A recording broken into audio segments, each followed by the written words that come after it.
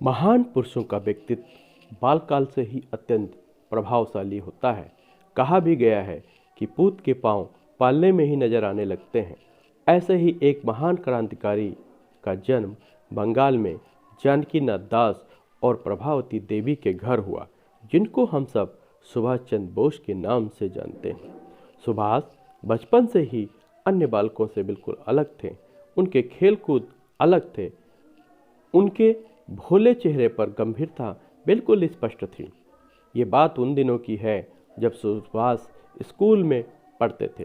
एक दिन उनकी माँ प्रभावती उन्हें पुकारती हुई उनके पढ़ने के कमरे में आई, किंतु सुभाष कमरे में नहीं थे। माँ उन्हें दूध देने आई थी। उन्होंने कुछ देर पहले ही तो उसे पढ़ते हुए देखा था, इसलिए सोचा कि सुभाष कमरे में ही होंगे।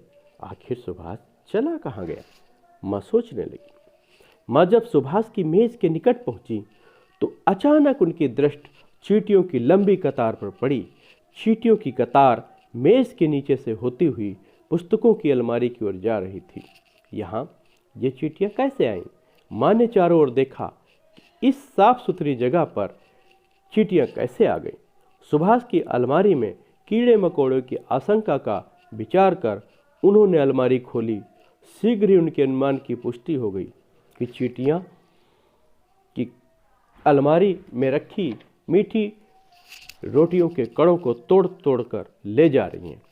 माँ को समझते देर न लगी कि ये चींटियाँ तो रोटियों के कारण ही हैं। माँ ने रोटियाँ हटाकर अलमारी ठीक की। यहाँ क्या कर रही हो माँ? सुभाष ने कमरे में प्रवेश करते हुए कहा, और कहते हुए उनका स्वर और चेहरा उदास हो गया। लगता है तेरा दिमाग खराब हो गया है। अरे पगले, तुमने अलमारी में रोटियां क्यों डाल रखी थी? माँ ने रोब से सुभाष की ओर देखते हुए कहा, तुमने वे रोटियां फेंक दी ना माँ? ठीक ही किया। कहते कहते उनकी आवाज़ थरथरा गई और उनकी आंखें छलछला गई। ये तुझे क्या हो गया है? मैं रोटियों की बात कुछ समझ नहीं पाई। बात यह है माँ कि मेरे स्कूल के रास्ते में एक बूढ़ी भिखारिन खड़ी रहती थी। उसकी हालत देखकर मुझे बहुत कष्ट होता था। उसका घर भी नहीं था। वो बरसात, तूफान, धूप और ठंड से अपनी रक्षा नहीं कर सकती थी।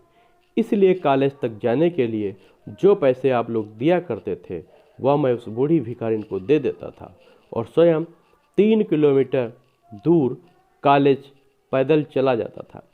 इसी प्रकार आप जो भोजन मुझे देते थे उसका आधा भी मैं उस बूढ़ी माता को दे दिया करता था।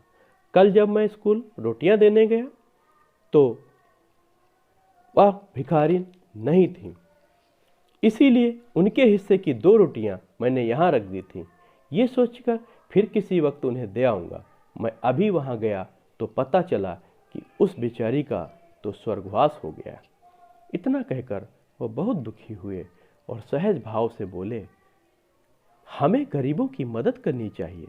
ये हमारा कोई एहसान नहीं, कर्तव्य है ना माँ? आगे चलकर यही सुभाष चंद्र बोस भारत के स्वतंत्रता आंदोलन के महान क्रांतिकारी हुए एवं आज़ाद हिंद फौज का निर्माण किया। उनका प्रसिद्ध नारा, तुम मुझे खून दो मैं तुम्हें आज़ादी दूंगा, आज भी